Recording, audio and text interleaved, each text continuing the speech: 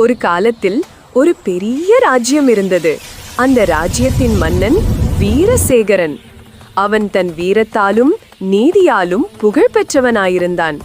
ஆனால் ஒரு நாள் ஒரு புலி அந்த ராஜ்யத்தின் வனத்தில் திடீரென தென்பட்டது. மக்கள் பயந்தார்கள். ஆனால் மன்னன் சிரித்தான். அவன் சொன்னான், அந்த புலியை நான் கொல்ல மாட்டேன். அது இந்த வனத்தின் ஆன்மா. அவன் தினமும் வனத்துக்குள் சென்று புலியை தூரத்திலிருந்து பார்த்து வருவான்.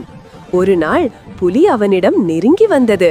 அந்த நேரத்தில் வானம் அமைதியானது, காற்று நிறுத்தியது. மன்னனும் புலியும் ஒருவரையொருவர் நோக்கி நின்றார்கள். பயம் இல்லை, மரியாதை மட்டுமே. மன்னன் மெதுவாக சொன்னான், நீ வனத்தின் ராஜா, நானும் மனிதர்களின் மன்னன். நம்மிடையே வேறுபாடு எதுவும் இல்லை. அந்த நாளிலிருந்து மனிதரும் வனமும் ஒன்றாக வாழ கற்றுக்கொண்டனர்.